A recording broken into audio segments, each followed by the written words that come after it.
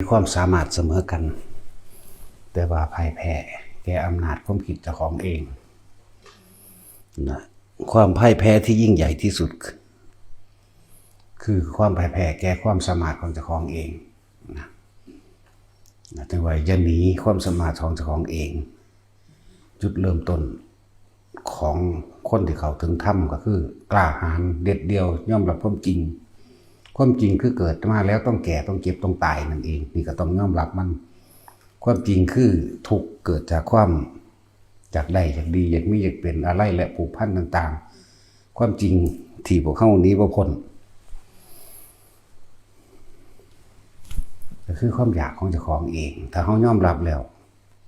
ถ้าเขายังบ่เริ่มต้นในการสร้างธรรมสร้างคุณงามความดีเขาบ่เริ่มต้นในการให้ทานแล้วเริ่มต้นในการช่วยเหลือผู้อื่นบ่เริ่มต้นในการยอมรับผู้อื่นเวลา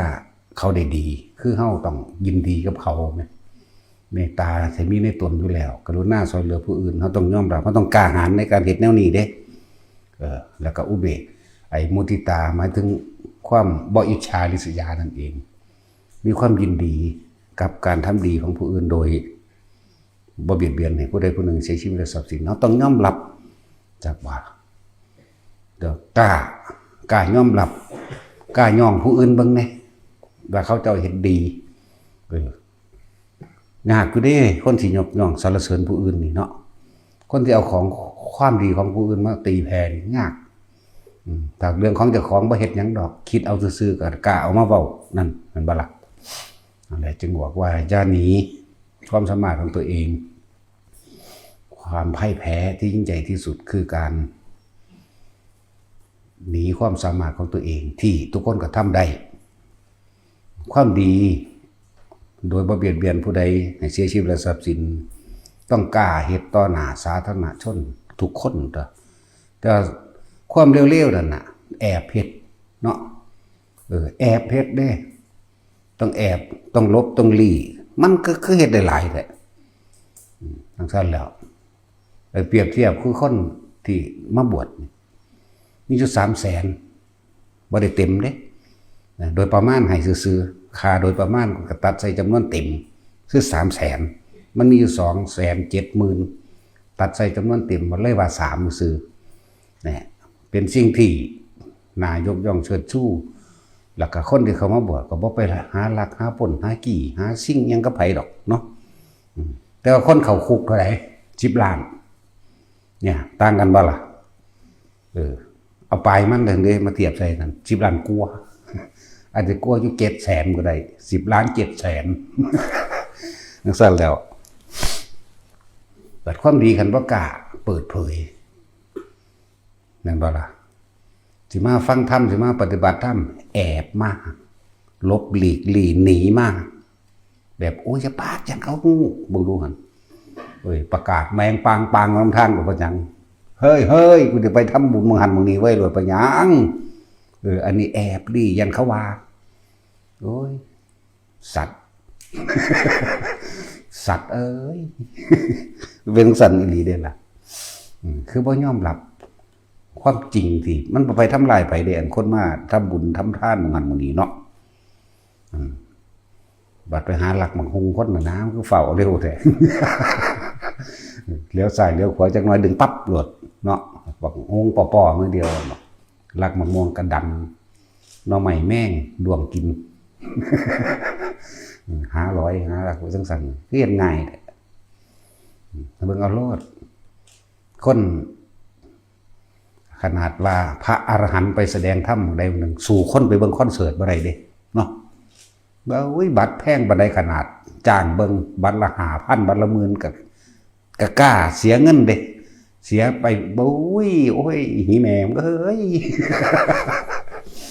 บัตรพระอรหันต์คือจังอีพ่อใหญ่บัวไปแสดงธรรมหันเมืองนี้เอาตีให้ละ10,000 คนเนาะแต่เสือกไปเบิ่งคอนเสิร์ต100,000 คนแถมซ้ำไปจ้างบัตรเขาแพงๆแน่ดีดาลื่นเรื่องบันเทิงโอ้ยดูเขาอีหาอีพี่ปอบจังสั่นแล้วแสดงออกได้อันนี้บ่ดียังมิดนั่นแหละ มีแต่คนที่เข้าถึงความจริงเท่านั้นแหละกล้าหาญเด็ดเดียวมันบ่แม่นแนวอายจักเม็ดเด้เนาะอันไปจังสั่นอันขายยาบ้านะมันเป็นทั้งผิดกฎหมายบ้านเมืองทั้งผิดคุณธรรมศีลธรรมที่น่าระอายในแต่แกวงศาตระกูลญาติของอีกทั้งหลายคือหลายแท้เนาะคนติดยานี่คือหลายแท้มัน60 ล้านหมดเลยอยู่จัก10 ล้านนี่แหละที่มันบ่ติด หลายก็เลยในจังสั่นคันเอามาหาเฮ็ดแอบเฮ็ดได้คั่นนี่เนาะแอบพากันสูบแอบพากันกินแอบ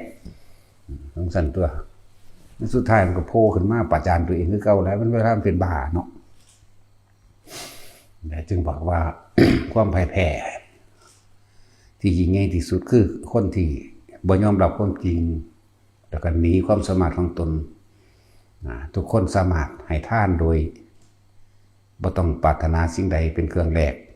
เป็นเครื่องขอเนาะบ่หวังผลในทานใดสิไปใส่บาตรก็อายเด้เนาะแปลกประหลาดอยู่ในคนใส่บาตรอายย่านผู้ใดเห็นบุโอ้ยฝ่าพาเด้อแม่เนาะ ใส่บาตรก็ได้แอบไปใส่อยากอายคนไหมจังซี่เด้มันธรรมดาเด้นั่นแหละบาดไปอันซอยเหลือคนอื่นแต่ว่าหวังผลตอบแทนนี่เอามาอ่านเด้สมมุติว่ามันพี่ผู้ใดผู้หนึ่งแนะนำเขาไปสมัครงานใดหรือฝากเขาทำงานใดพี่เว้าอ่านอยู่ว่าสั่นนั่นแล้วอยากได้หน้ามั้ยสั่นเด้หวังผลตอบแทนเด้นั่นบ่ล่ะนั่นแหละจังซี่แต่ว่าพวกเขาเห็นแล้วโลกมันเป็นแบบนี้เด้อโลกคือหมู่สัตว์ที่มีความปรารถนาในความอยากได้อยากดีอยากมีอยากเป็นสารพัดต่างๆโลกคือหมู่สัตว์ที่คล้องอยู่ในอารมณ์ที่ยินดีพอใจหมู่สัตว์ทั้งหลายนั่นแหละเรียกว่าโลกกับหมู่สัตว์คือเดียวกันโลกนี้มักย่องมักสองเห็นบ่โลกนี้บ่มักตำหนิโลกนี้บ่มักติเตือนโลกนี้บ่มักความจริงสัตว์ทั้งหลายจึงของอยู่กับความปลอมความที่ไม่จริงของอยู่กับความที่บ่จริงเนาะของอยู่กับสิ่งเหล่านี้อารมณ์ความรู้สึกถ้าเขานินทาเขาตูสลายก็บ่จักเฮ็ดดีน้ำเขาเนาะเฮ็ดโดยบ่หวังสิ่งใดตอบแทนเด้คำว่าเฮ็ดนี่ดีนี่ต้องดีบ่มีผลประโยชน์นะจ๊ะพ่อนี่เฮ็ดซื่อๆเฮ็ดทิ่มเฮ็ดบ่เอาหยังเฮ็ดปล่อยเฮ็ดว่างนะแต่สู้ว่านี่สิเฮ็ดอันเอานั่นเอานี่ไปเขากินแน่นี่เฮาเป็นผู้มีแนวกินอาหารเฮาเป็นผู้เฮ็ดแต่มีอีกผู้หนึ่งมันขอไปแน่สิไปให้อีนั่นแต่เสือกสั่งเขาเสือกสั่งอีนั่นนะอยากให้แมงสิแตกมาอีหานั่นว่าเด้นั่นเห็นบ่ล่ะถ้ามันผู้มันถือกันผู้เขามักย่องเจ้าของเอาไปหันอีนั่นดีแล้วเอานี่ไปอีกแน่บอกว่ากูฝากมาเด้อเด้ธรรมดาเด้เฮ้ยนั่นแหละมันของอยู่ว่าซั่นของอยู่เขาเข้ามักย่องมักสองจะให้เขาย่องว่าเจ้าของดีเนาะย่องบ่ย่องก็สร้างแมงเป็นหยังไผก็เลยเนาะเฮ็ดทิ่มนี่นั่นแหละของอยู่ติดอยู่ของอยู่กับร่างกายของเจ้าของบ่จะเจ็บจะปวดจะป่วยจริงๆแล้วบ่มีผู้ใดอยากคำว่าเจ็บปวดป่วยแต่ว่าเมื่อเจ็บเมื่อปวดเมื่อป่วยก็ต้องยอมรับละฮะวิธีออกจากความยึดมั่นถือมั่นกับมันตัวบ่มีผู้ใดอยากพัดพากจากสิ่งที่รักนั่นบ่พ่อแม่ตายก็มีผู้ใดอยากให้ตายดอกนอกจากพวกนี้ละคุณ ญาติสายโลหิตหรือผู้มีพระคุณที่เขาว่าผู้มีพระคุณคือได้ประโยชน์จากเขาตายเสียดายให้น้ำเนาะเนี่ยมันซื่อแล้วแต่ว่าสุดท้ายแล้วถ้าเฮายอมรับความจริงทุกคนเกิดมาแล้วต้องตายจากกันโดยกันทั้งนั้นไหมบ่ว่าจะเป็นบุคคลที่รักหรือบุคคลที่เกลียดก็ช่างมันเกลียดเพราะมันรักนั่นแหละของจักว่าล่ะเพราะมันพอใจอยากให้เขาดีกับเจ้าของเกิดเขาเอาใจเจ้าของเด้ที่มันสั่งกันเพราะว่าอย่างมันสั่งว่าเขาเอาใจเจ้าของเขาไม่ย่องเจ้าของก็เลยสั่งเป็นตาสั่ง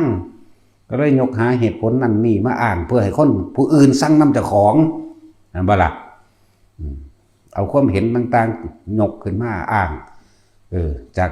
บัดนี้ก็เอาสิ่งที่เคยได้ยินได้ฟังมาทั้งที่เจ้าของก็บ่รู้บ่เห็นก็เอามาอ้างเพื่อสิทำร้ายเขา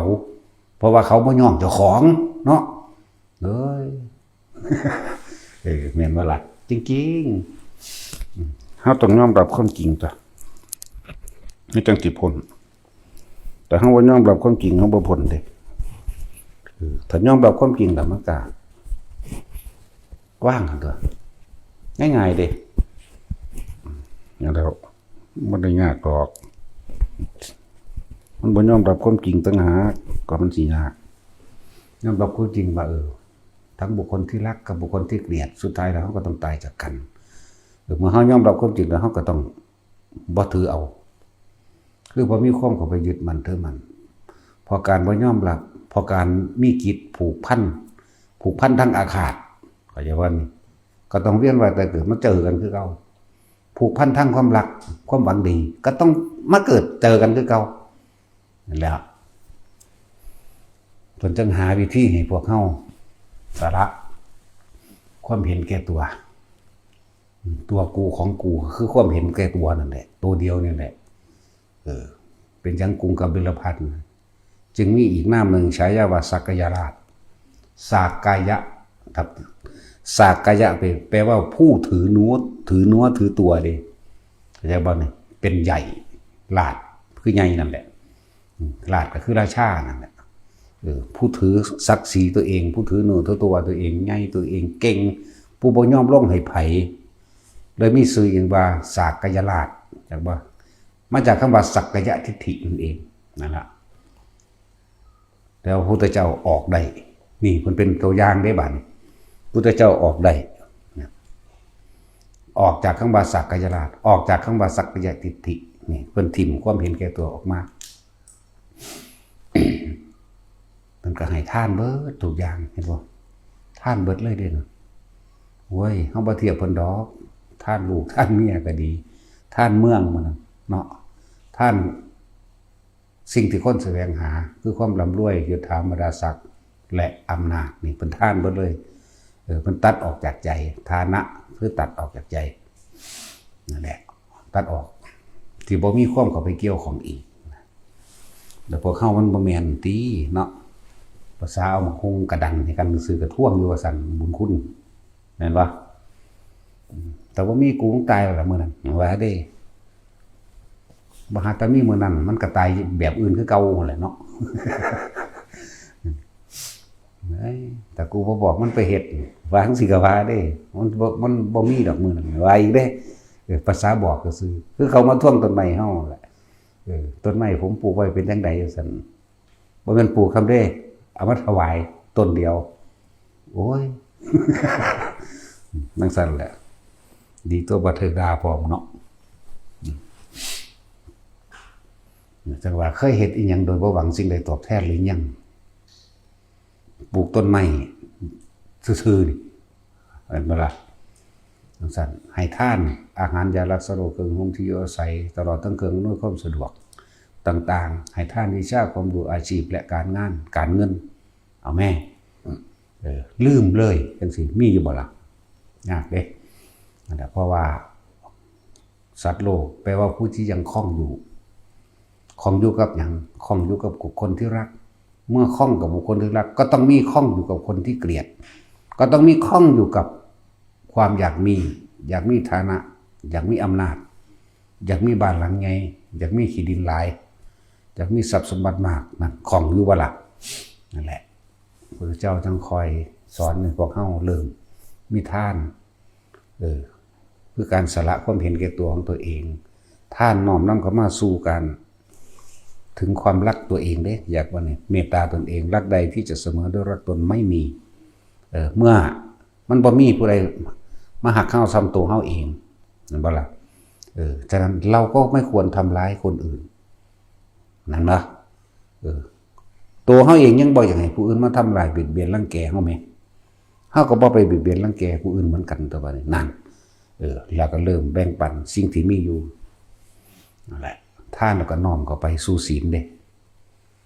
มันแยบค่ายคืออย่างนี้เด้วิธีของเพิ่นศีลคือการไม่ทำลายเบียดเบียนให้ผู้ใดผู้หนึ่งเสียชีวิตและทรัพย์สินตลอดทั้งคนและสัตว์ตลอดทั้งมนุษย์และอมนุษย์นี่เป็นยอดนี่เป็นปรมัตถศีลส่วนปุถุชนธรรมดาก็เป็นธรรมดา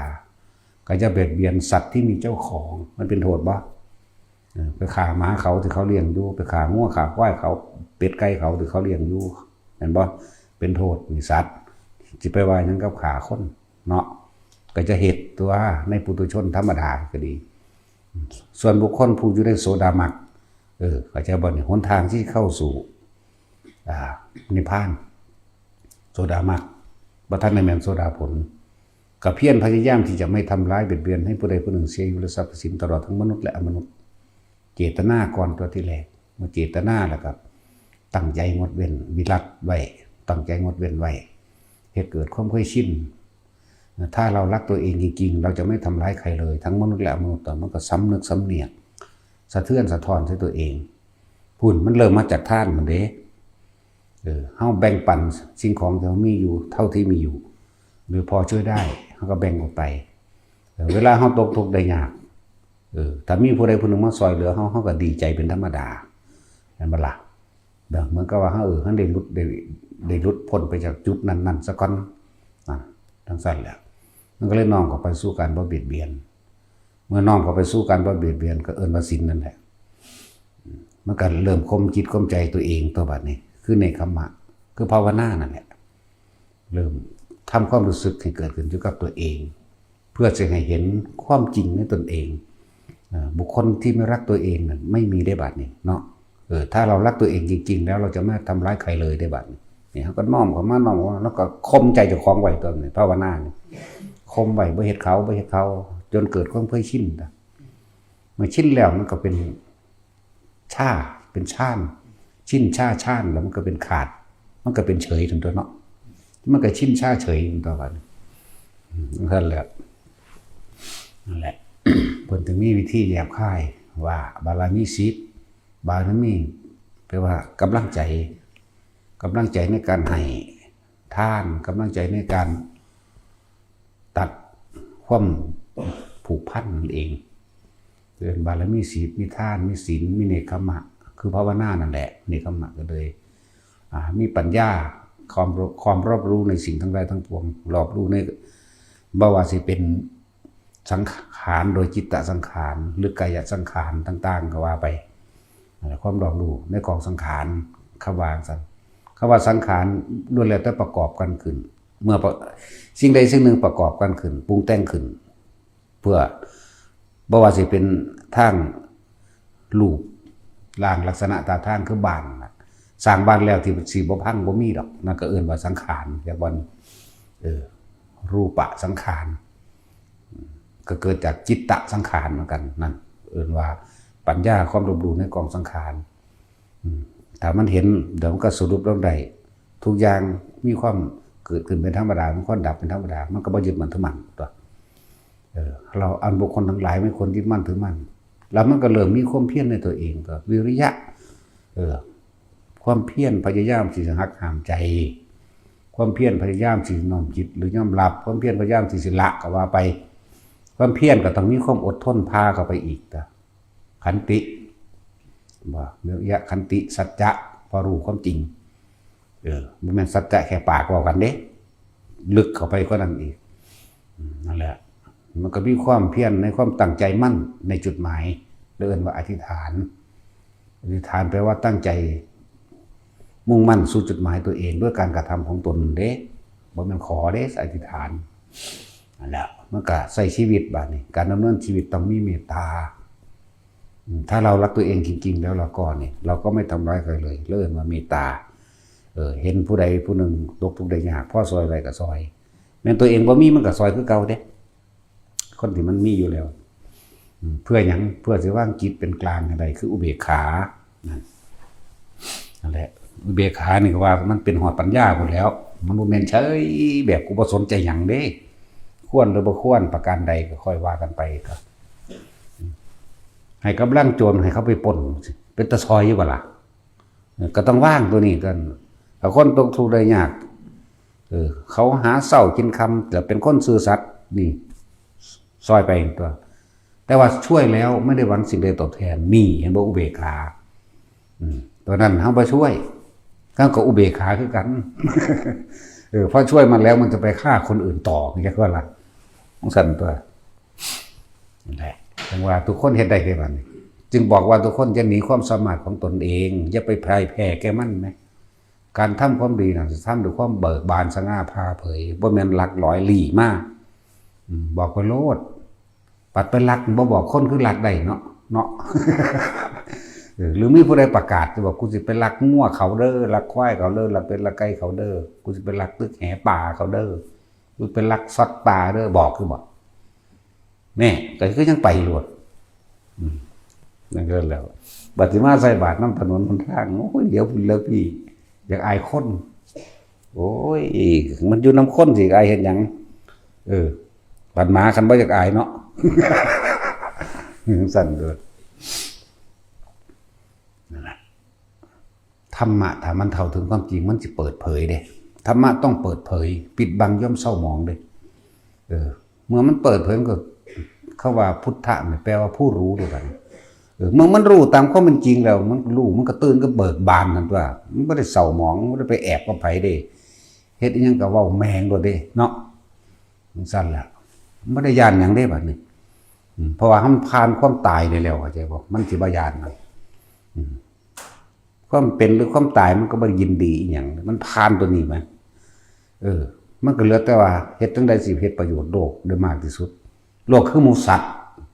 ประโยชน์โลกนั่นจักว่าล่ะโลกก็เฮ็ดให้หมู่สัตว์นั่นแหละหมู่สัตว์ที่ยังอาศัยอยู่เฮาเฮ็ดให้เขาบ่หวังสิ่งใดมันต้องมีล่ะผู้หนึ่งสิมาเอาตัวอย่างนำเฮาเข้าใจว่าล่ะคือพระพุทธเจ้าเฮานี่เฮาเอาตัวอย่างจากเพิ่นเป็นตัวอย่างที่ดีเพิ่นเป็นเนติเพิ่นเป็นแบบอย่างเป็นต้นฉบับให้เฮาแม่นว่าล่ะเฮาก็เอาตัวนั้นตัวแต่คนที่ถือนิสัยคือพระพุทธเจ้ามาก็ตั้งเยอะตั้งแยะก็คือภิกษุนักบวชนั่นแหละถึงหรือบ่ถึงก็ค่อยซึมซาบไปตัวเนาะนั่นแล้ว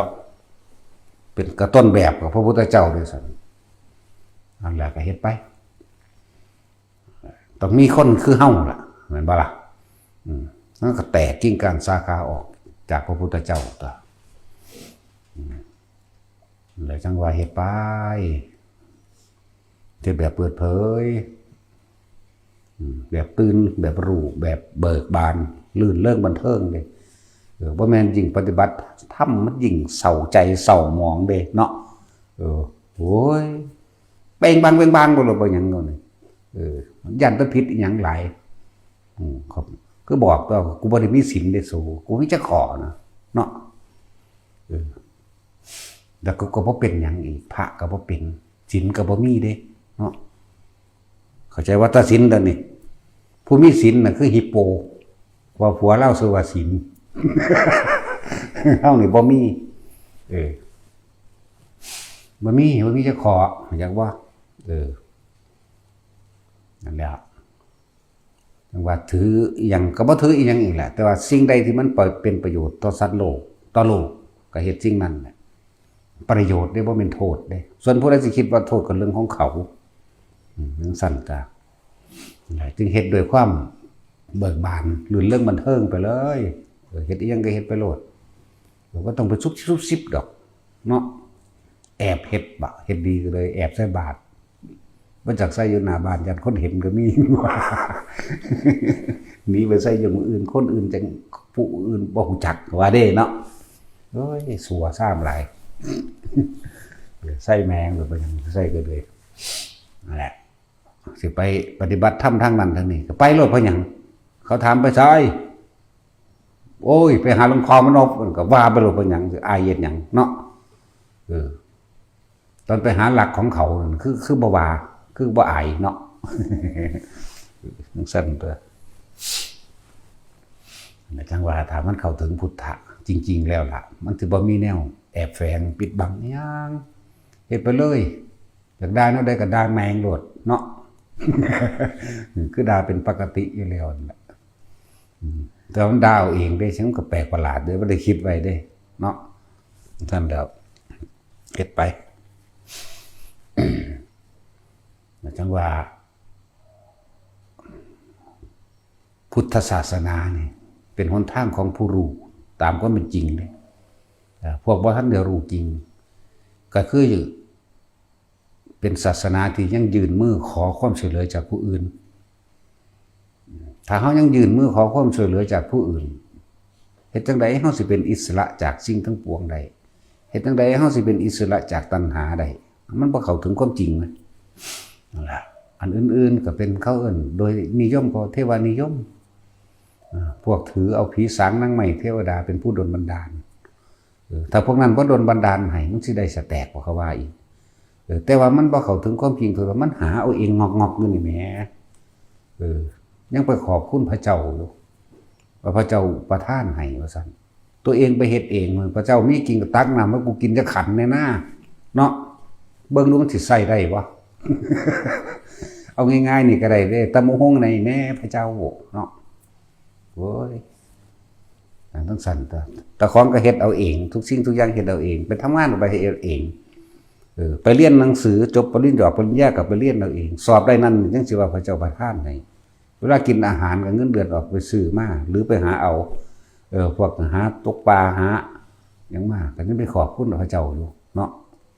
จังซี่แล้วนั่นแหละคือถ้ายังยื่นมือขอความช่วยเหลือผู้อื่นขอร้องอ้อนวอนจังซี่อยู่นั่นน่ะโอ้ยบ่มีทางเป็นอิสระเด้อมันมีอิทธิพลมากคือหยังได้ความเชื่อความเห็นของคนแม่นบ่เพราะว่าหยังมันบ่เห็นจริงมันเลยมีอิทธิพลข่มตัวเองไว้ข่มตัวเองเฮ็ดหยังก็ย่านตั้งแต่ผิดผีพวกถือผีอันเดียวกันเทวานิยมนิยมถือพระเจ้าก็นั่นเอิ้นว่าถือผีซั่นแล้วว่าถือผีเบิดนั่นแหละ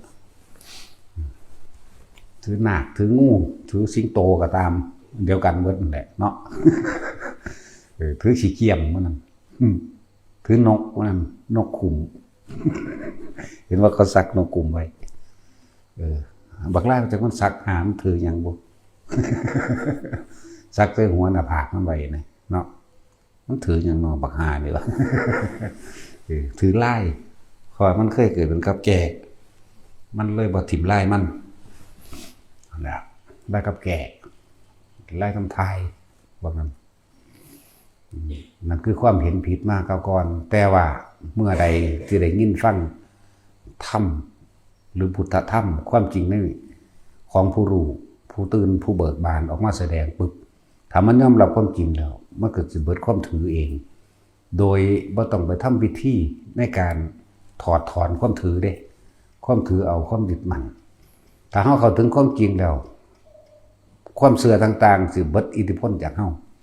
บ่อาจสามารถที่ข่มเหงจิตใจเฮาได้ดักบ่ล่ะเฮาเข้าถึงความจริงอะไรจึงบอกว่าผู้ใดมาปฏิบัติอยู่นี่อยากให้เฮ็ดเป็นหยังอานาปานสติทรงฌานเจริญฌานโดยอานาปานสติโดยอยู่ในหลักของสติปัฏฐาน4นี่เองรู้ลมหายใจจับจุดอุณาโลมได้ทำความรู้สึกอยู่ในกลางหน้าผากได้เป็นเนี่ยนั่นแหละเริ่มต้นแรกของมันให้เป็นเครื่องอยู่เพื่อหยังอยู่ในความรู้สึกอันเป็นหนึ่งจุดหนึ่งให้อยู่ในจุดเดียวความรู้สึกเดียวอยู่ในกายตั้งมันอยู่ในหม่องเดียวมันจึงจักเห็นสิ่งทั้งหลายทั้งปวงเคลื่อนไหวไปตะกี้เฮาบ่ทันความคิดเด้เอียงเคลื่อนไหวเร็วที่สุดความคิดถ้าเฮาอยู่ในความรู้สึกเนี่ยเฮาสิเริ่มจับความคิดได้เมื่อเริ่มจับได้ก็เริ่มควบคุมตัวนั่นแหละเป็นวิธีเริ่มต้นแรกในการสิบ่ไหลไป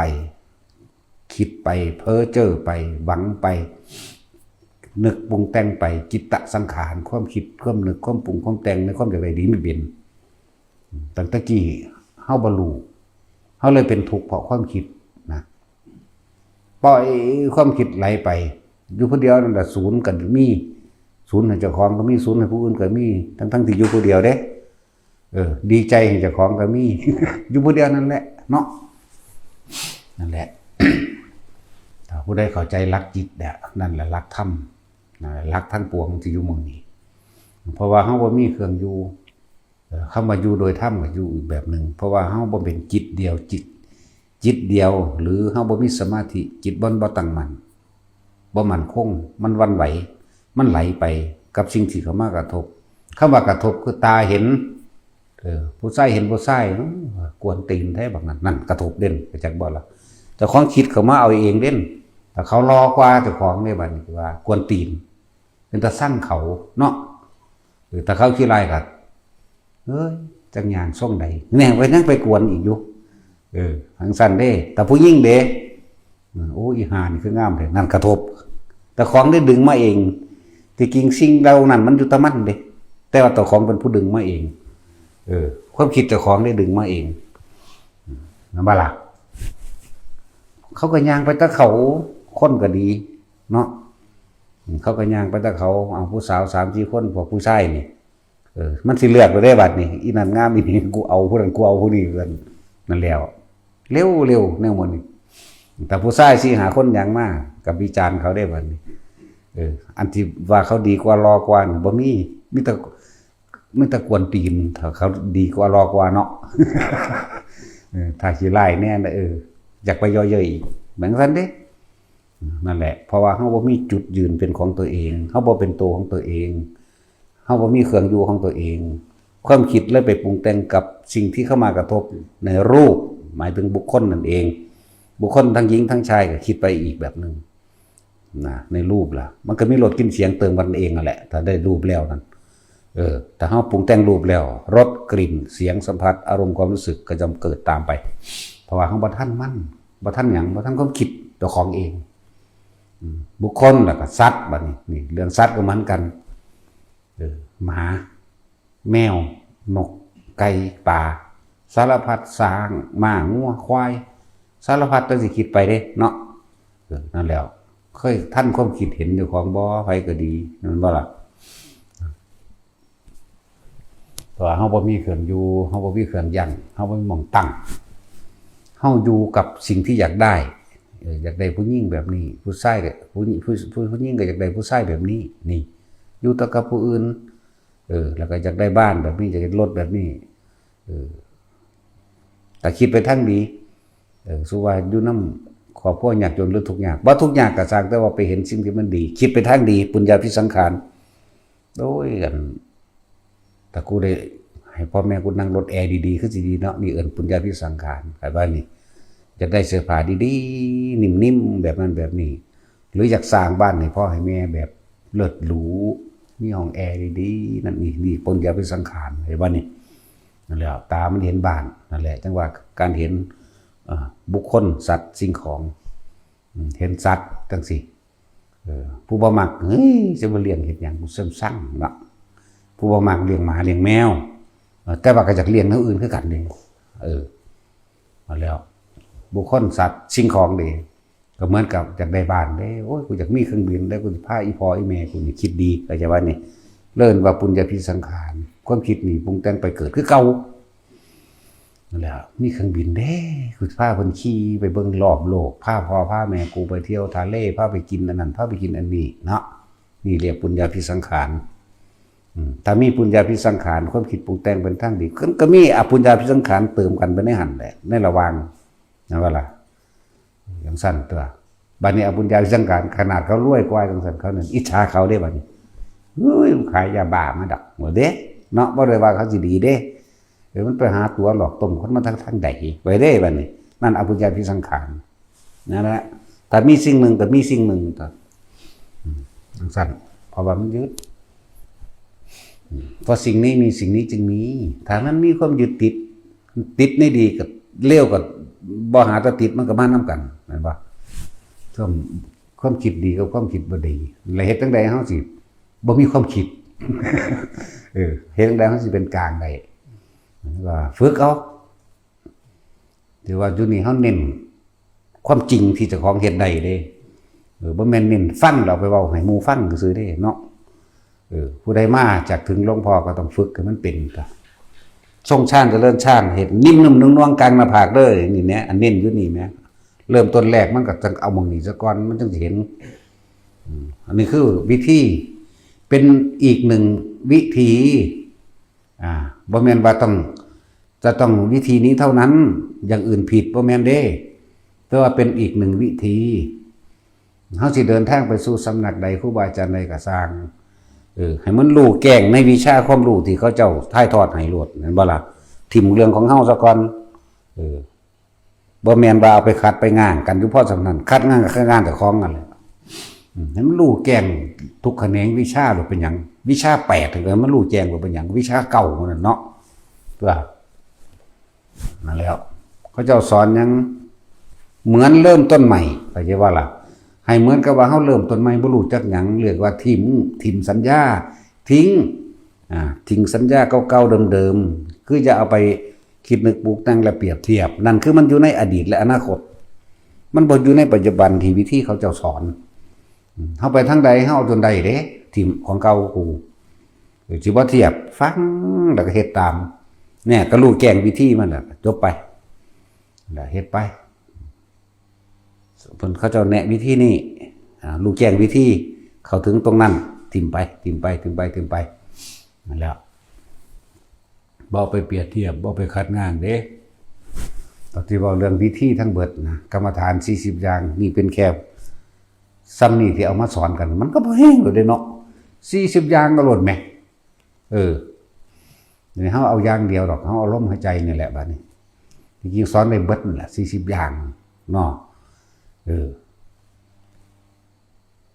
บัดเอาอย่างเดียวมันก็ไปร่วมใน40อย่างเบิดคือเก่านั่นแหละสำหรับผู้สิมีหูทิพตาทิพมันก็มีมาในวิธีเดียวนี่แหละก็ต้องอาศัยวิธีนี้สิสอนแบบใดก็สั่งเกาะลมคือเก่าบ่ว่าสิเพ่งกสิณกสิณน้ำเขาจะเอาน้ำใส่บาตรเต็มเพียงนางใบโดยหลักสูตรมันว่าไปอยู่ในป่าอยู่ผู้เดียวจะไปพบผู้คนจะมีปริโภทจะมีความกังวลไอ้บ่ล่ะกังวลในญาติมากกังวลในนั้นกังวลในนี้หนีมาอยู่ผู้เดียวเฮ็ดตั้งนั่งขึ้นคืบนึงนั่งเบิ่งก็ว่าไปหายใจเข้าโปหายใจออกกสิณนังแน่จับลมอยู่คือเก่าอยู่แล้วก็เอาตาไปจับภาพนั้นจำภาพนั้นให้ได้กสิณดินก็เหมือนกันแต่งดินขึ้นซ้ำฝาบาทนี่แหละ1 คืบ1 คืบแบบนี้ให้วงกว้างของมัน1 คืบ 2 นิ้วตะกี้มัน2 นิ้วมันคือเอา2 ข้อมือ2 ข้อมือเฮามาเทียบสมือเด้อ2 ข้อมือ1 คืบ 2 นิ้วแต่งวงกสิณขึ้นตั้งองค์กสิณขึ้นเอาดินสีอรุณดินขวอีปูนั่นแหละแดงก็บ่แม่นแดงแต่จักว่าล่ะก็บ่แม่นแดงจึงครึ่งเด้คือจักว่านี่คล้ายๆกับมื้อนี้แหละคล้ายๆกับสีอื่นเฮาเดินนั่นแหละแต่งแล้วก็ไปหายใจเข้าปัทวีหายใจออกกสิณังแน่จนกว่าสิจำภาพนั้นได้เป็นอุคหานิมิตเมื่ออุคหานิมิตแล้วส่งอารมณ์อันเป็นอุคหานิมิตไว้นึกเมื่อไหร่ได้เมื่อนั้นแล้วก็แช่เอาไว้อย่างนั้นจนกว่าภาพนั้นจะเกิดกลายเป็นปฏิภาคนิมิตแปลงไปในทางเลื่อมประกายพึกอยากรู้อะไรอยากเห็นอะไรอยากแสดงฤทธิ์อันใดได้ก็เฮ็ดไปได้เด้บัดว่าไปได้บัดว้ยเอาลมหายใจหลุดนะเนาะเฮ็ดจังได๋มันก็เกาะลมทุกเรื่องอยู่มั้ยแม่นบ่ซั่นทุกอย่างเกาะลมเบิดเด้เกี่ยวกับลมทั้งนั้นเลยบัดนี้เรื่องกสิณพอเข้าใจกับเตียวเลยกสิณ10อย่างพุ่นเนาะนั่นเดียวกสิณก็สิให้บอกทุกอันก็ไปศึกษาเอาเองเนาะงานบ่ล่ะนี่ซ้ำนี้มันก็ถึงเบิดแล้วล่ะนี่พอเข้าใจแล้วเรื่องคำว่าอสุภะได้บัดนี้เวลาเพ่งพิจารณาให้จำภาพกระดุมสมมติว่าจะเอาเรื่องอัฐิหายใจเข้าอัฐิกังหายใจออกเนี่ยก็สิว่าเฮ็ดหยังซั่นเนาะเกิดเหมือนกันใส่จินตนาการจำเอาคือเก่าอยู่อย่านึกจินตนาการเข้าไปในสิเอาส่วนใดส่วนหนึ่งจะว่าในกระดูกในตับในปอดยังก็แล้วแต่เหมือนกันจะได้ย่นเข้ามาเอาตะลมหายใจซะถ้าผู้มันสิมีฤทธิ์มีเดชมันก็มีคือเก่าน่ะถ้าผู้บ่มีก็บ่มีหรอกแต่สิเทียบมันคือจังพระอานนท์เพิ่นก็บ่ได้มีฤทธิ์มีเดชหยังเด้เนาะเพิ่นก็บ่ได้มีฤทธิ์มีเดชหยังแต่ว่าพระพุทธเจ้ามักใส่เพิ่นคือหยังเนี่ยแต่อานนท์ไปเอิ้นผู้นั้นมาก็แล่นโลดแม่นบ่ล่ะอันใดก็เอิ้นพระอานนท์แหละเพิ่นบ่ได้หอไปเด้ย่างไปมั่งแล่นไปมั่งเดี๋ยวมีในหันแหละแต่ท่านเวลาแต่ว่าบัดเพิ่นบรรลุแล้วเพิ่นคือมีสั่นบัดเพิ่นบรรลุแล้วปึ๊บพุ่นเฮ็ดกายลุบเข้าไปในดินพุ่นไปโพอยู่ในอาสนะที่ป่วย เพื่อสิยืนยันว่าสำเร็จนะเหลือจังสั้นแหละจังว่าเถอะแต่ที่จริงถ้าสิว่าเรื่องประหลาดเรื่องอัศจรรย์ก็อยู่ในอานาปานสติเบิดเดละบาดร่วมอยู่ในนี่เด้บัดนี้แล้วผู้มันมีมันนั่งมีหรอกมันก็บอกว่าได้ว่าไผสิมีหรือบ่มีไผสิเป็นหรือบ่เป็นฝึกเอาเองหัวเอาเองเป็นเอาเองสิฤทธิ์สิเดชหยังก็สร้างดอกตายเบิดแล้วล่ะไปก็เลยเนาะนี่แหมมองมันเสมอกันอยู่ ตายไหมพระพุทธเจ้าเฮาเป็นที่หนึ่งตัวเนาะเนี่ยตายแล้วเด้ล่ะผู้ที่สองว่าเลือดโดยฤทธิ์พระโมคคัลลาตายแล้วเขาขาพร้อมนะจังซั่นแล้วแต่จังว่าสิ่งที่มีเสมอกันคืออาสวะพวกเฮาละอารมณ์ตัวเดียวนั่นแหละฝึกหัดตั้งเบิดนี่ก็เพื่อว่าสิน้อมเข้ามาว่าเฮายังมีอารมณ์อยู่บ่อารมณ์ความรู้สึกที่ยังพอใจและไม่พอใจคำว่าอาสวะขยะแปลว่าความรู้สึกที่ยังคล้องอยู่กับความพอใจหรือของอยู่กับความบ่พอใจนั่นแหละต้องอาศัยการกระทบแรงกระทบจากผู้อื่นตอนเขาอยู่ธรรมดาในป่าในเขามันเหมือนนิพพานนั่นแหละว่างจากการเห็น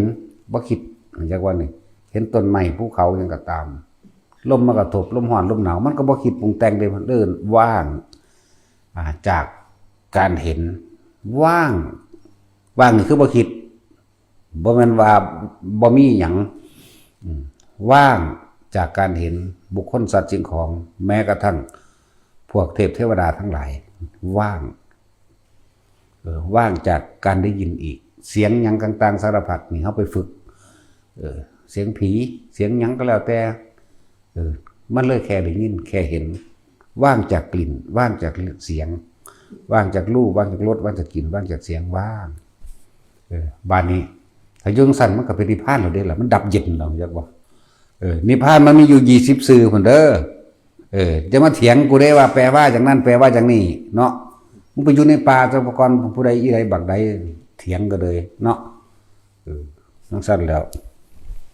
หางคนว่าไม่จำเป็นต้องไปป่าเขาแล้วโอ้ยอีห่ามึง บักห่าพร้อมนะต้องดักไว้ทั้งสองอย่างนั้นแหละว่างจากรูปจากรสจากกลิ่นจากเสียงแต่ว่าตอนนั้นมันอยู่ผู้เดียวจักว่า มันอยู่ผู้เดียวมันสบายทุกคนนี่แค่ว่าสบายมันบ่มีหยังกระทบกระทั่งใดเด้จักว่าล่ะแต่ว่ามาอยู่ในฝูงคนหลายๆสะก่อนเบิ่งเด้อบาดนั่นแหละความงามก็ยังมีอยู่เด้สัญญามันก็ว่างามอยู่เด้เห็นบ่ล่ะบัดยิ่งมีเสียงหวานเข้ามาอีกมันคักละบาดนี้เนาะ มันสิว่างเฮาอยู่ซื่อๆเฉยๆในป่าในทำในเขากับตอนเฮามาอยู่กับคนมันสิเฉยได้บ่นี่แหละจังว่าให้เอาความรู้สึกพอใจกับบ่พอใจอารมณ์ที่ยังคล้องอยู่กับบุคคลสัตว์สิ่งของรูปรสกลิ่นเสียงกระทบทั้งกายรู้สึกทั้งกายมันสิว่างจริงบ่บาดนี้นั่นแหละจังว่าคำสรรเสริญและนินทาอันนั้นแหละเป็นเครื่องทดสอบเฮาเองเด้แต่ว่าคนส่วนมากมันมักย่องถ้าเขาย่องว่าดีมันดีใจเด้นั่นแหละต่อไปมึงต้องเสียใจอย่างนั้นล่ะติดสิ่งหนึ่งเมื่อสิ่งนี้มีสิ่งนี้จึงมีเด้เมื่อมีความยินดีพอใจมักย่องความไม่พอใจก็ต้องเกิดขึ้นเมื่อภายหลังเหมือนกันอย่างสั้นตัวพอสิ่งนี้มันมีอย่างมีความเข้าไปยึดมั่นถือมั่นในตัวนี้นั่นแหละถ้าเมื่อสิ่งนี้ไม่มีสิ่งนี้ก็ต้องบ่มีคือกันก็ดับนั่นตัวมัสมิงสติอย่างอีกทางนิรุชติใช่ว่าล่ะจังสิบอกไปยังบาลีเพราะฉะนั้นแหละเนาะว่าภาษาเฮานี่ซ้ำนี่ก็ยังว่าบ่เข้าใจแล้วนี่ก็บ่เข้าใจก็เป็นตาไปผูกคอตายเลยเนาะเฮาว่าบานนี่เหรอ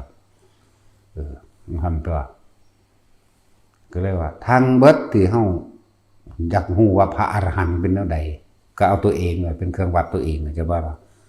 มันสิบ่มีอารมณ์ของเกี่ยวใดๆทั้งสิ้นเลยไผสิเว้าด่ามากก็ตามไผสิย่องมากก็ตามสิเอามีของสวยงามไร้ขี้เหร่มากก็ตาม มันสิบ่มีมันสิบ่มีความคิดนึกปรุงแต่งเลยอารมณ์มันเกิดบ่ได้เด้นั่นแหละเกิดบ่ได้มันจะเอาทองคำมาหล่อเท่าใดมันก็ซื่อๆอยู่เด้นี่จังว่าล่ะทองคำเงินแก่ผ่ามาโลดเนาะแต่สินค่อยนี่อาจฟาดแมงโลดได้ข่อยบ่ได้สนใจได้มึงหัน นั่นแหละถ้าผู้เพิ่นเบิดไปแล้วเนี่ยเพิ่นบ่ได้สนใจเด้เพิ่นเพราะปรุงแต่งเด้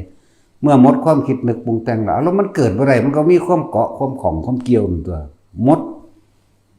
ดอารมณ์ความยินดีพอใจตัวนั่นแหละอาสวะขยะญาณเพราะว่ามันรู้มันท่านแล้วท่านหยังท่านความคิดที่มันท่านหยังถ้ามันท่านความคิดแล้วบ่มีความนึกความปรุงแต่งมันเห็นโทษแห่งการคิดมันเห็นโทษของรูปรสกลิ่นเสียงมันเห็นโทษของการอารมณ์มันเห็นโทษทุกสิ่งทุกอย่างแล้วมันก็บ่คิดบ่นึกต่อไปมันก็ฝึกควบคุมตัวเองได้แล้วนั่นแหละมันก็อารมณ์เกิดบ่ได้นั่นแหละพระอรหันต์ก็แปลว่าบ่มีอารมณ์ความรู้สึกนึกความพอใจแล้วบ่พอใจมันเบิดมันดับก็เลยดับเย็นแต่แม่นมันถึงธรรมธาตุก็ว่ามันถึงความว่างก็ว่าสุญญตาก็ว่าสุญญตาวิโมกข์ก็ว่าจิตไม่เกาะกับสิ่งใดอีกแล้วสุญญตาวิโมกข์มันอยู่โดยลำพังของมันแม้แต่จิตก็ไม่ใช่จิตอย่าว่านี่ขนาดนั้นเด้ที่เว้าจิตๆจัดๆหยังสมมุติมาเว้าถ้าเว้าสมมุติมาเว้าสิเอาหยังเว้าสึงหลึงอยู่บ่ได้สิเข้าใจเนาะรู้จักบ่สึงหลึงอยู่ สึงหลึง นั่นแหละพวกคนนั้นภาคกลางบ่เข้าใจเด้อคำว่าสึงหลึงอะไรวะสึงหลึงว่าเด้ คือเขามาถามไอ้เทพเทพนี่แปลว่ายังไง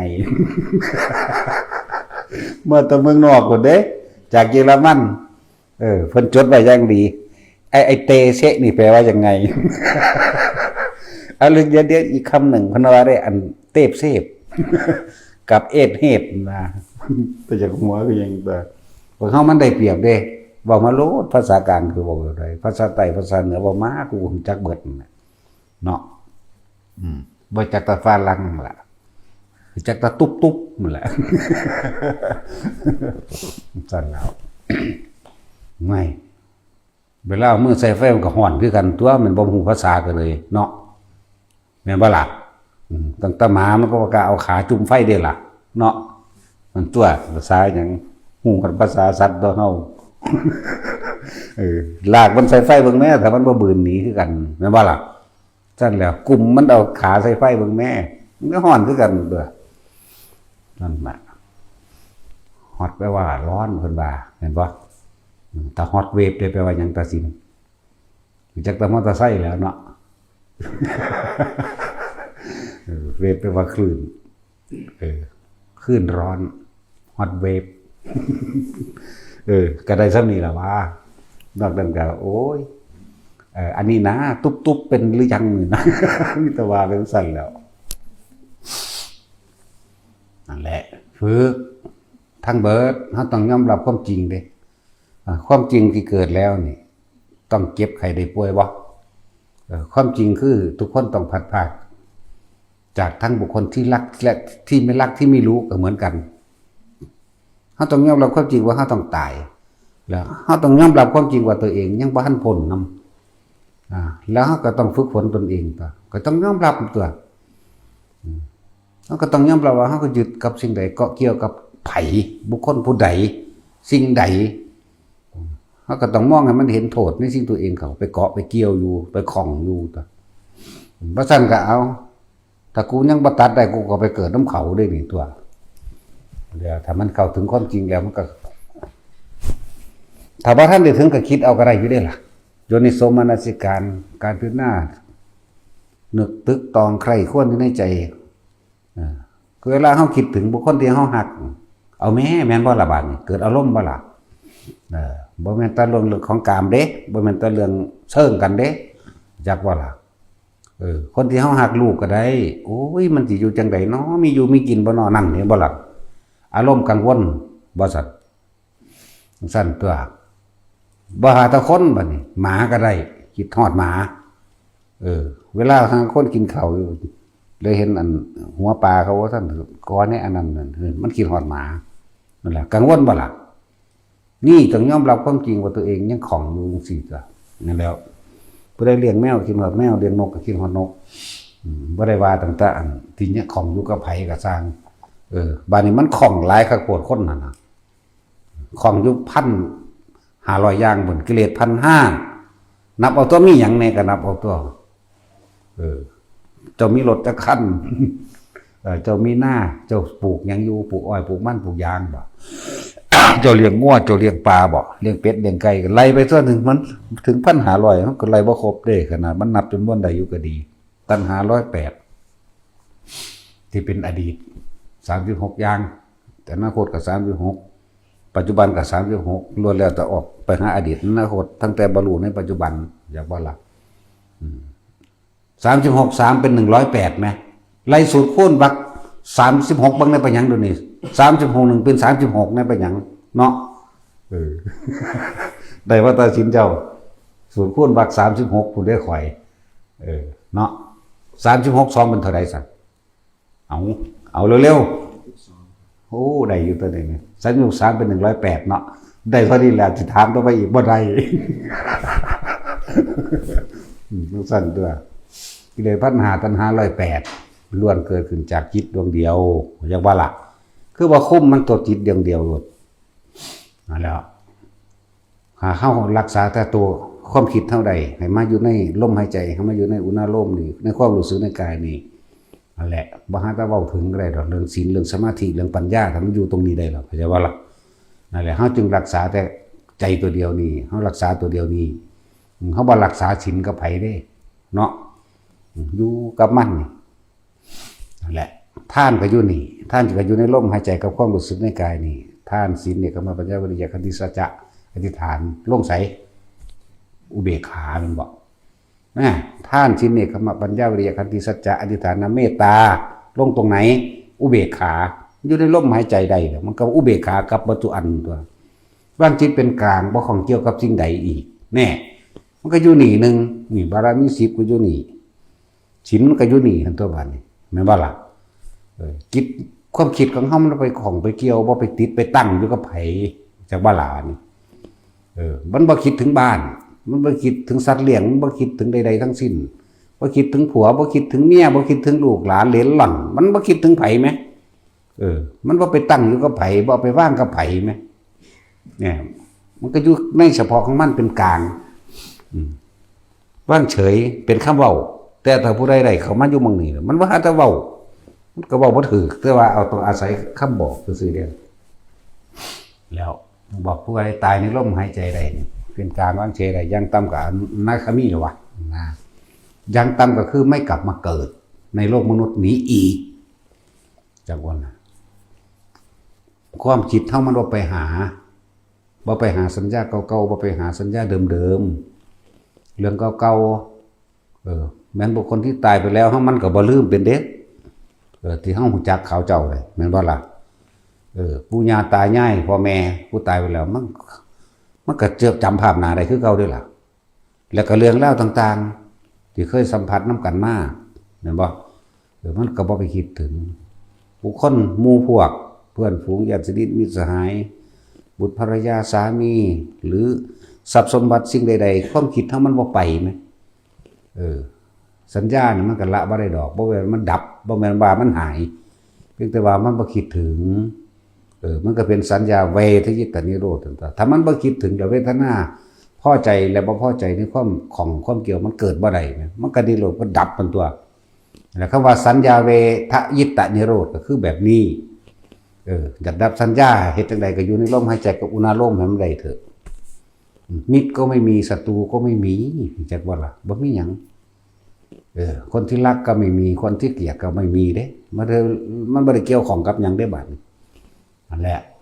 ฝึกไปเรื่อยๆมันเข้าใจมันเห็นดอกแนวบนนี่มันนั่งเห็นบ่เป็นตาเห็นบ่เป็นหูเห็นจักว่าล่ะมันเห็นในตัวเองนั่นแหละเห็นอย่างเห็นความว่างทำไม่บ่อยทำไม่มากก็เกิดความเคยชินเอง คำว่าสัญญาเรื่องเล่าเก่าๆกับคนเก่าๆเรื่องเก่าๆที่ผ่านมาแล้วของเมื่อวานนี่หรือ10 ปี20 ปีที่ผ่านมาแล้วก็ตามมันบ่มีผู้ใดแบบว่าหลบมันได้เด้มันก็เหมือนเดิมภาพเหมือนเดิม เรื่องราวเก่าๆจึงอยู่ในความทรงจำเดิมๆได้ใช่ป่ะนี่เป็นสัญญาถ้าไม่คิดเวทนาหมายถึงความรู้สึกที่ยังเข้าไปคล้องอยู่พอใจแล้วไม่พอใจนี่เหตุการณ์เกิดขึ้นมาได้นิโรธะดับละนิโรธคามินีปฏิปทานี่เป็นหนทางให้ความดับทุกข์ก็ดับสัญญาคือว่าเอาเรื่องเก่าๆมาคิดมานึกมาปรุงมาแต่งเวทนาหมายถึงความรู้สึกที่ยังคล้องอยู่ในความพอใจหลงพอใจมันเกิดบ่ได้บ่ต้องไปเอาเรื่องสมาบัติถ้าเวทนาสัญญาเวทที่จะนิโรธสมาบัตินั่นพวกพระอรหันต์เราต้องเข้าได้ตำราเพิ่นเขียนไว้ว่าอนาคามีกับอันนั้นสั่นก็แล้วแต่มันหายากอยู่ดอกแต่สิเว้าไปหยังเฮาก็บ่เคยเป็นหามึงนี่มาหันตัวเว้าเถียงกันซื่อๆคนได้เถียงกันเนาะมีแต่รุ่นนั้นแล้วมันบ่เหลือว่าต้องบ่บวชถ้ามันจริงเนาะรุ่นนั้นแล้วต้องบวชเด้รุ่นอรหันต์เนาะซั่นแล้วเว้าให้เขาเถียงกันอีกละบาดนี่เนาะคือว่าแล้วเฮาก็บ่รู้จักเฮาก็บ่เคยเป็นเนาะแล้วแต่หิแมงอยู่เถียงเด้ บอกเรื่องเก่าเด้แต่ละมื้อเนาะบอกเรื่องเก่าอยู่ในหูดังเด้อไผก็ดีทำความรู้สึกเย็นเขาในหูดังกับอุณาโลมเกิดเกี่ยวกันหนึ่งดึงเป็นเดียวกันเป็นหยังคือให้มีความรู้สึกในกายพร้อมอะไรจุดหนึ่งจะนี้ออกจุดหนึ่งเพิ่นเรียกว่าจิตหนึ่งก็ว่าจุดหนึ่งก็ว่าฐานที่ตั้งแห่งจิตก็ว่าหรือสมาธิแปลว่าจิตตั้งมั่นตั้งตรงไหนตั้งตรงนี้อาภาเข้านี่แหละนวงเมื่อสร้างฐานได้แล้วจุดเริ่มต้นได้แล้วแปลว่ามันสิเคลื่อนไปก็จะนี้ออกจากกายจะนี้ออกจากเวทนาในกายจิตเป็นผู้คิดผู้นึกเป็นผู้ปรุงผู้แต่งที่นี่จิตก็เป็นผู้รู้กับจิตก็รู้ในความรู้สึกตัวแค่นั้นเองเฮ็ดอยู่แค่นี้เฮ็ดเป็นเท่าตายเด้ตายแล้วมันก็บ่มาเกิดทันตัวมันบ่ไปของกับไผแม่พวกมาเกิดเด้กูห่วงหน้ากูเด้อย่าปั่นมันอีหนังกูสร้างมันเนาะมีที่ตั้งตรงหน้านั่นแหละหมายถึงว่าที่คิดถึงนั่นเองมันมีหม่องไปแล้วนี่มันวิวไปแต่ว่าบ่ได้ไปอยู่หน้าเด้อารมณ์โกรธลงนรกทันทีอารมณ์โลภไปเป็นเปรตทันทีอารมณ์ที่หลงไหลในทรัพย์สมบัติเอาไปอ้างคนอวดคนหายใจว่านี่เดรัจฉานนั่นแหละกำเนิด4อย่างเรียกว่าคันทัพพะเนี่ยเจอความสมบูรณ์ม้วนพร้อมคนที่เกิดในคนจากมนุษย์สู่มนุษย์ไหมมีเพราะว่าเคยกระทำกรรมรวมกันเรียกว่าสมอยู่ลมคิดกันมาก่อน1 เดือนกับ15 วันนี่เกิดแขน2ขา2หัว1แล้วก็ซ่องหัวใจเกิดขึ้นพอดีมันสิสร้างซ่องหัวใจเกิดขึ้นใน15 มื้อพอดีกับการจุติจิตก็โดยความบ่มีคำว่าบังเอิญดอกเพราะว่ากรรมมันให้ผลตรงนั้นคือไปเกิดในท้องคนเลื่อนมาคันทัพพะนี่คือเกิดมนุษย์ถ้าเกิดในท้องสัตว์ก็ลดย่อนทอนลงมาผู้จะไปเกิดเป็นสร้างมันที่สร้างเปสิกราปะตลอดทั้งมีซ่องหัวใจเหมือนกันมันสิสมบูรณ์เท่าใดมันก็ไปจุติแบบนั้นเคลื่อนที่ตายแล้วก็เคลื่อนไปสู่จิตสร้างมั่งม้ามั่งวัวมั่งควายมั่งหมามั่งแล้วแต่นี่คือการไปเกิดในคำว่าคันทัพพะมันจากว่าลาบานี่ปลาบางชนิดที่ออกรูปเป็นโตก็มีเห็นว่าสัตว์ออกรูปเป็นโตออกเป็นนี่แหละเลื่อนว่าที่เกิดในคันมีกำเนิดหนึ่งเกิดในคันบางที่เกิดโดยคำว่าในไข่เรียกว่าอันทชะในไข่ไก่มันจากมือมันไปฝักไข่อยู่หันจนกว่าวันจะเกิดจางเนื้อเยื่อขึ้นมากับมีช่องหัวใจเหมือนกันแต่ว่าล่ะนั่นแหละเป็นที่ทุจิเป็นที่สถิตอยู่เป็นการที่ปฏิสนธิจิตเคลื่อนไปแล้วปฏิสนธิกับช่องหัวใจนั่นก็เข้ากันก็เป็นสัตว์นั่นเรียกว่าเกิดในไข่ปลาก็ตามปลาบางชนิดเป็นหมื่นเนาะเป็นแสนเนาะนั่นแล้ว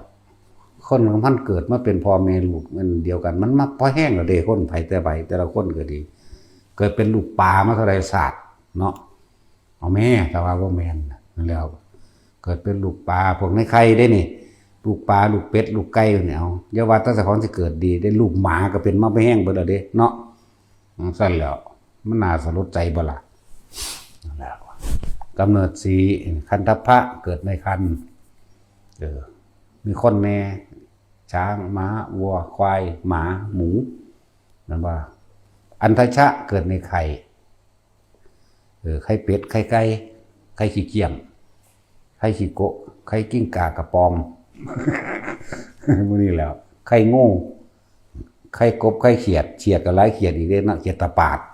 บ่อุ้ยมันออกมาเป็นฟองเนาะนั่นแล้วจังซั่นนี่เรียกว่าอันทชะโอปาติกะเกิดใหญ่ขึ้นเลยซ้ำนั้นเลยนี่เทวดาและพวกสัตว์นรกหรือเปรตเข้าใจว่านี่นั่นแล้วใหญ่ขึ้นเลยเด้พวกนี้คืออุบัติขึ้นเลยไหมโอปาติคืออุปตินั่นแหละโอปาติกะเกิดแล้วใหญ่เลยพวกนี้ใช่แล้วตกนรกก็ใหม่ในนรกซ้ำนั่นเลยอย่างสั้นเปรตอุบัติขึ้นเลยเทวดากับอุบัติขึ้นเลยอย่างสั้นเทวดาจัดในหมู่พรหมนั่นคือระดับจิตกันเดียวกันนั่นแหละแต่ใหญ่ขึ้นเลยเด้ของสั้นตัวอย่างสั้นสังเสชชะนี่บ่ค่อยมีใครอธิบายเกิดแบบใดค่อยๆเลื่อมกันไปกับพวกตะไคร่น้ำเกิดอยู่ในขี้สีกรู้จักขี้สีกบ่บ่จักกระซางเด้พวกบ้านนอกพวกบ่จักหยังเนาะคือบนเตียงบ่จักขี้สีกเด่นจังซั่นแล้วพวกบ้านนอกพวกไม่มีการศึกษาบ่จักฮอดขี้สีกเนาะตัดสินรู้จักเด้ขนาดพวกมีการศึกษาพวกเกิดเลื่อมกันมันสิคอยซึมเลื่อมไปจิตใจมันต่ำแห้งเลยว่าธรรมดาได้พวกนี้เป็นคนที่มีแต่ความคิดที่ต่ำต้องการเอาเปรียบที่มันเลยยังเข้าไปอีกล่ะจักสิว่าเพียงใดพวกนี้มันก็เลื่อมกันไปแอบลบอยู่น้ำจังซี่แม่มันสิต่ำๆมันก็เลยไปหาต่ำๆสัตว์เดรัจฉานที่วาสนาต่ำสุดเลยคือตัวนี้แหละพวกนี้แหละสังเสชชะเด้จิตักแทอยากว่าล่ะบ่มีตาบ่มีหูนี่แต่ว่ามีเนื้อหนังให้เก็บให้ปวดแล้วก็โตแมงหัวค้อนที่เขาว่านั่นก็เอิ้นว่าสังเสชชะแล้วก็พยาธิต่างๆพยาธิมีถึง12ชนิดเด้เข้าใจว่าล่ะแต่ว่าในหมอสร้างแมงดอกภาษาหมอมันเกิดที่หลังดอกอันพวกวิทยาศาสตร์นี่เนาะมันสุดที่สุดของวิทยาศาสตร์ก็เจอพุทธศาสตร์ไปบ่เป็นรู้จักบ่รู้จักว่าล่ะหนทางของผู้รู้นี่ไปบ่เป็นหยังเพราะบางอย่างมันบ่อาจสามารถอธิบายเชิงวิทยาศาสตร์ได้เจอพุทธศาสตร์จักบ่ได้โอ้มันก็เป็นจริงอยู่แต่ว่ากูอธิบายบ่ได้คือเฮาเฮ็ดกระดาษออกจากผ้าคือเฮาเฮ็ดของออกจากผ้านี่เห็นบ่นั่นแหละพุทธศาสตร์วิทยาศาสตร์ไปบ่เป็นเลยกูอยากให้มึงไม่เฮ็ดได้วิทยาศาสตร์มึงสิอธิบายไว้จังได๋เนาะแต่มึงต้องมาเฮ็ดเป็นซะก่อนได้บ่แม่นว่ามึงไปคำนวณเดาอย่างนั้นอย่างนี้ถ้ามึงเป็นแล้วก็ให้มึงอธิบายบัดนี้เห็นบ่นั่นแหละวิทยาศาสตร์ก็สิ้นสุดด้วยพุทธศาสตร์คือมันจริงน่ะตอนนี้คือเฮาเฮ็ดเนี่ยมันออกจริงๆเว้ยมันเป็นจริงๆเว้ยแต่กูจะเอาตรงไหนมาอธิบายนั่นเลยมันเลยอยู่ให้พุทธศาสตร์นั่นบ่ล่ะมันสั้นแล้วมีแค่เครื่องเล่นทำนี้ได้บาดนี้หรืออาการปิตินี่มันเกิดขึ้นจากหยังก็วิทยาศาสตร์มาอธิบายเด้อโยกแม่นแล้วถ้าเบิ่งผู้อื่นเฮ็ดเนาะมันก็คิดเอาเองว่ากูก็เฮ็ดได้เนี่ยกูก็เฮ็ดได้นี่แต่ว่าถ้าตัวเองทำเป็นล่ะเกิดจากหยังก็เลยต้องอาศัยพุทธศาสตร์ว่าอ๋อปิตินะนี่พารณาปิติคณิกะว่าไปคณิกาปิติก็ว่าไปแน่แล้วเกิดขึ้นจากอะไรที่ว่าพารณาปิติแน่บัดนี้พุทธศาสตร์ดูบัดเรียกว่าล่ะยิ่งสิลอยขึ้นทั้งคักบัดนี้อาศัยแรงดึงดูดหม่องใดว่าล่ะเนาะดังสั้นเด้เจอพุทธศาสตร์แล้วจบบัดเลยนั่นแหละมันก็ต้องเข้าสู่ตัวนั้นตัวใดตัวว่างเนี่ยมันหาเหตุผลบ่ได้อย่าว่าล่ะดังสั้นเด้เอามาให้มันสิหายแต่ว่าให้มาเฮ็ดมันให้มันเฮ็ดเอาเองเป็นซะก่อนนั่นว่าล่ะคือจังสั้นล่ะอย่าง พวกเขาอย่างอันเบิร์ตไอน์สไตน์บาดจิตสุดท้ายเขาสู้อรูปฌานได้เฉยไหมแต่ว่าเสียใจด้วยพอเจ้าบ่ปล่อยบ่ว่างเมื่อเบิดอายุของนั้นของอสงไขยนั้นเป็นอายุเป็นอสงไขยได้พวกนี้เบิดอายุตรงนั้นแล้วลงนรกอย่างเดียววันนี้แม่มึงลอยอสงไขยจักมันสิได้ขึ้นมันเป็นคนอีกบ่อาจจะว่าล่ะเพราะความคิดของเขานี่แต่สิทำลายกันสร้างระเบิดนิวเคลียร์ปรมาณูก็มันเอากฎอิทัปปัจจยตายได้ไปสร้างระเบิดนิวเคลียร์เพราะสิ่งนี้มีสิ่งนี้จึงมีเมื่อมีปฏิกูลนี่ก็สัมผัสแล้วก็อากาศกับน้ำก็ดึงก็ว่าไปได้สั่นแม่นบ่สั่นมีฮอดอากาศอันเป็นอนิมุลอิสระอีกหากเด้ไปจะทำปฏิกิริยาอย่างว่าล่ะโอ้แม่งบัดกูจักฮอดอนิมุลอิสระธรรมดาจักแต่อันคีบอิมูลสมัยตะกี้ซุมื้อนี้บ่มีแล้วมีแต่ออยออฟอุรานนั่นแหละพวกโอปาติกะคันธพะเข้าใจแล้วเนาะเกิดในคันอันทชะเกิดในไข่บ่แม่นตะไคร่หำอย่างเดียวเด้มันจักว่าล่ะ คนที่เข้าใจว่าตรงนี้ได้อันทะนี่แม่แปลว่าไข่พวกสัตว์ทั้งหลายเกิดในไข่โอปาติกะคืออุบัติขึ้นเลยใหญ่เลยเป็นเทวดากับเป็นสัตว์นรกเป็นเปรตพวกนี้แล้วก็สังเสชะนี่เป็นสัตว์เดรัจฉานที่ต่ำที่สุดบ่มีหูบ่มีตาพวกนี้เรื่องการดูดซึมใหญ่ตัวเพราะว่าใส่เนื้อหนังอันนี้แหละดูดซึมกินแต่ว่าการกินก็มีหลายแบบอยู่ใส่เดือนกับทั้งปากอยู่ก็จะว่าล่ะมันสั้นแล้วจะปวดพวกนี้ตามบาลบานแล้วที่เฮาบ่รู้จักสิบ่อาจสามารถดึงกันมาได้พยาธิมื้อนี้ก็จะว่านี่มันเกิดน้ำสังสั่น เลื่อมเข้าไปในลำไส้หรือไปเทียมนี่นั่นก็เกิดขึ้นมาเองพอแม่นมีตัวกิจเข้าไปแล้วจ้ะตัวกิจเข้าไปแล้วนั่นกรรมตัวนี้บังคับให้เป็นเองดอกก็คือกรรมบังคับนี่แหละเอิ้นว่ากำเนิด4อย่างของสัตว์โลกแต่ว่าเกิดเป็นหยังก็สร้างได้ตายคือเขาได้บัดนี้เนาะเกิดเป็นหยังก็ต้องตายถ้าบ่จากตายก็จะเกิดเมื่อมีความเกิดก็ต้องมีความบ่เกิดได้คือกันพุทธเจ้าก็บอกแล้วด้วยกันหยุดคิดนึกปรุงแต่งในความเป็นใดอยากเป็นใดๆทั้งสิ้นอสังขตธรรมแปลว่าไม่คิดปรุงแต่งในสิ่งทั้งหลายทั้งปวงบ่หมดความปรารถนาอยู่เพียงกับลมหายใจกับอุณหภูมิเจ้าของอยู่ไปเถอะมันเห็นดอกอันที่ลึกลับกว่านั้นน่ะผู้ใดเฮ็ดผู้นั้นรู้ผู้ใดบ่เฮ็ดมันจะเอาหยังมารู้เนาะมีแต่ประสาทพอคิดเอามันว่าล่ะมีส่วนในความเป็นบ้าพร้อมมาจากว่าล่ะจะเจอพุทธศาสตร์มันจะไปทั้งไม้นั่นแล้ววิทยาศาสตร์สิ้นสุดด้วยพุทธศาสตร์พุทธศาสตร์ในบางอย่างบ่สามารถอธิบายได้คือนิพพานอธิบายว่าจังไดได้แต่อุปมาอุปไมยซื่อๆเด้แต่สิเอาตัวจริงมันออกมาว่าบ่ได้เลยเพราะว่ามันว่างวาดรูปอากาศให้เบิ่งนะบ่ได้วาดได้เห็นบ่ทั้งที่มันมีอยู่นี่อยู่นำเฮาเด้อนี่แหมมันเป็นตรงไดโนอากาศเนาะมันซั่นแหละสมาทาน